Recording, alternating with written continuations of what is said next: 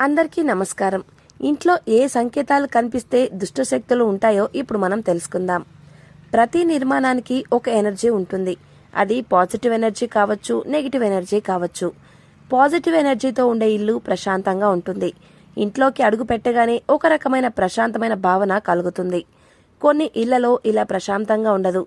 అలాంటి ఇంట్లో దుష్టశక్తులు అంటే నెగిటివ్ ఎనర్జీ చేరి ఉండొచ్చు. నెగిటివ్ ఎనర్జీ ఉన్నప్పుడు ఎలాంటి లక్షణాలు ఉంటాయనేది ఇప్పుడు మనం తెలుసుకుందాం. మన ఇంట్లో దుష్టశక్తి ఉంది అనడానికి సంకేతాలంటూ చూద్దాం. అర్ధరాత్రి అకస్మాత్తుగా మెలకువ వస్తుంది.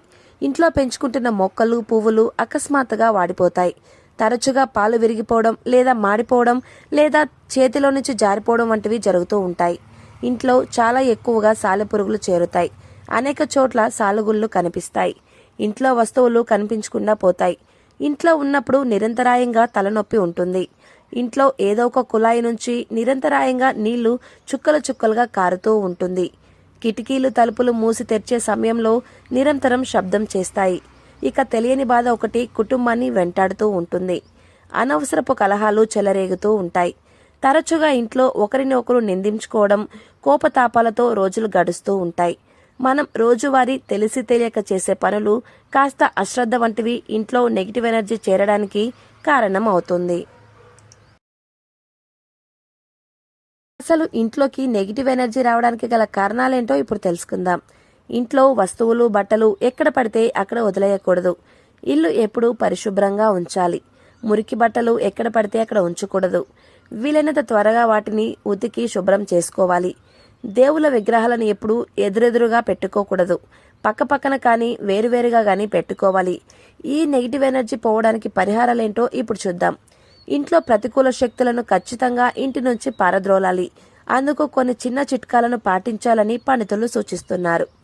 వాష్రూమ్లో ఒక గిన్నెలో కర్పూరం వేసి ఉంచాలి. ఇంటికి ఈశాన్యంలో నీటి ఫౌంటైన్ ఏర్పాటు చేయడం వల్ల మంచి ప్రయోజనం కలుగుతుంది. ఇంట్లో తరచుగా ఉప్పు దీపం వెలిగించాలి. ఇల్లు తుడిచే నీటిలో అప్పుడప్పుడు కాస్త సముద్రపు ఉప్పు వేయాలి. ఇంట్లో కర్పూరంతో పాటు కొన్ని లవంగాలు వేసి కాల్చాలి. ఇంట్లోకి గాలి, వెలుతురు ధారాళంగా వచ్చే విధంగా ఏర్పాటు చేసుకోవాలి. వాడని వస్తువులు, పుస్తకాలు, దుస్తుల వంటి వాటిని వదిలించుకోవాలి. ఇల్లు నిశ్శబ్దంగా ఉంటే చాలా మందికి నచ్చుతుంది. కానీ అప్పుడప్పుడు పాటలు ముఖ్యం. ఏదో పెద్ద శబ్దంతో ఇంట్లో మోగిస్తే మంచిది. ఇంట్లోనే సోఫాలు, దివాన్లు వంటి పెద్ద పెద్ద వస్తువులను ఎప్పుడూ ఒకే కనిపించే విధంగా ఉంచకూడదు. అప్పుడప్పుడు వాటిని మార్చి సర్దుకుంటే ఇల్లు బోర్ కొట్టకుండా కొత్తగా ఉంటుంది. నెగిటివ్ ఎనర్జీ కూడా చేరదు. ఇలాంటి చిన్న చిన్న జాగ్రత్తలు, పరిహారాలతో ఇళ్ళని నెగిటివ్ ఎనర్జీ నుంచి దూరం చేసుకోవచ్చు.